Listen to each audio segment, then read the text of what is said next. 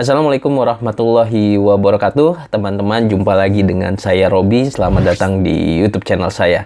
Nah, pada kesempatan kali ini saya akan membahas tentang kesalahan-kesalahan kecil yang ada dalam skripsi yang sering kita temui atau dosen pembimbing temui di saat sidang skripsi. Dan tentunya teman-teman semua ini akan menjadi pengurangan penilaian dari sidang skripsi kamu. Mau tahu apa aja? Silahkan disimak videonya.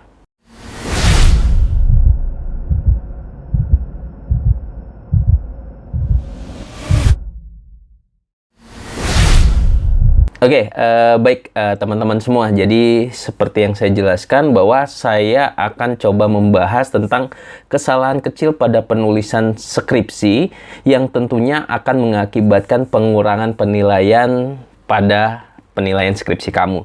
Tentunya sangat disayangkan sekali ya. Nah, yang pertama teman-teman, yaitu Anda melakukan atau pengetikan skripsinya tidak sesuai dengan format yang ada di kampus. Nah, itu biasanya mahasiswa tidak bertanya ataupun dosen pembimbingnya tidak memberitahu bahwa format-format yang kita ketik di skripsi itu ada di penulisan tersebut. Jadi teman-teman biasanya kalau kalian mau mengerjakan skripsi, tentunya kalian harus cari format penulisan di kampus. Kemudian yang kedua adalah teman-teman banyak typonya. Typo itu salah ketik. Kalau hanya 1, 2, 3 tulisan atau kata itu nggak masalah sih sebenarnya. Tetapi kalau dari kita cek dari bab 1 sampai dengan bab sekian, teman-teman ada salahnya dalam pengtypoan dan sangat banyak, itu menjadi pertanyaan bahwa teman-teman nggak teliti dalam pengetikan. Nah, sebaiknya sebelum proses sidang skripsi, teman-teman harus cek juga proses-proses typonya. Kemudian selanjutnya juga ada font size atau jenis fontnya ataupun spasinya itu berbeda-beda. Nah, itu menyebabkan teman-teman ketika kita buka skripsi Anda itu tulisannya ngacak dan nggak baik banget deh, nggak rapi. Itu biasanya teman-teman lakukan mengambil atau mengkopas dari jurnal ataupun dari internet, tapi kalian lupa untuk merubahnya. Sekali lagi, proses skripsi itu tidak hanya cepat-cepat, tetapi teman-teman juga harus teliti dalam melihat sistematika penulisan yang kalian lakukan. Nah, yang selanjutnya adalah faktor lain yang paling penting menurut saya adalah sitasi dan daftar pustakanya tidak sinkron. Apa artinya tidak sinkron? Antara sitasi yang ada di body note ataupun di footnote itu tidak ada di daftar pustaka. Atau sebaliknya, ada di daftar pustaka tetapi tidak ada di body note. Nah, itu bisa jadi teman-teman hanya mengkopas artikelnya saja dan juga teman-teman tidak menggunakan aplikasi-aplikasi references manager seperti Mendeley, Zotero, EndNote, dan aplikasi-aplikasi lainnya. Nah, saya sarankan untuk mengatasi hal tersebut, teman-teman silahkan gunakan aplikasi References Manager. Kemudian yang krusial juga adalah salah pengetikan nama-nama dosen. Entah itu nama dosen pembimbing, ataupun nama-nama dosen penguji, ataupun nama dosen-dosen yang ada di fakultas kalian. Sebaiknya teman-teman cross-check sendiri.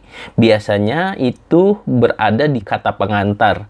Nah, kalian cross-check, lihat nama dosennya secara jelas, atau cek KHS Anda, KRS Anda, kan di situ ada nama dosennya. Kemudian juga Anda ketik sendiri, lihat gelarnya sampai terakhir dia bersekolah. Nah, itu jadi krusial juga. Kalau yang dosennya baper itu namanya salah, itu bisa ya macem-macem gitu ya. Jadi kita minimalisir kesalahan-kesalahan tersebut. Kemudian yang mengurangi nilai lagi apa sih kesalahan kecilnya, yaitu gambar dan grafik yang biasanya tidak jelas. Ada tabel yang memang isinya banyak banget. Akhirnya kalian ngakalin dengan men-screenshot gambar tersebut lalu memasukkannya ke dalam skripsi. Jadi bukan bentuknya tabel, malahan bentuknya gambar. Nah, itu menjadi krusial karena ketika dibaca, tabel itu nggak kebaca karena tidak jelas. Nah, teman-teman harus perhatikan, kalau misalnya tabel itu kalian harus buat secara jelas, ya kalian copy saja tabelnya. Atau sampling data saja, ambil berapa yang kalian masukkan ke skripsi.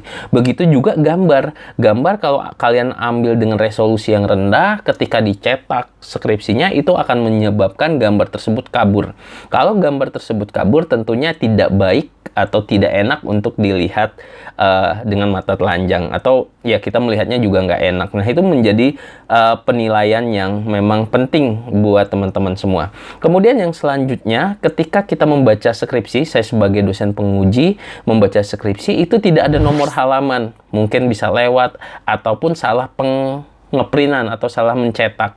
Itu juga menjadi trouble karena nomor halaman itu sangat penting teman-teman ketika kita ingin melakukan pengujian skripsi. Karena ketika kita melakukan pengujian skripsi tentunya kita akan bertanya, teori-teori tersebut ada di halaman berapa ya? Teori-teori tersebut di nomor 12, 13 sepertinya salah. Nah, kalau misalnya tidak ada nomor halaman, kita sulit untuk berkomunikasi. Akhirnya menyebabkan ya ketidakpahaman atau ketidaknyambungan antara dosen penguji dan mahasiswa tersebut. Alhasil nanti nilai kalian akan dikurangi dengan karena tersebut.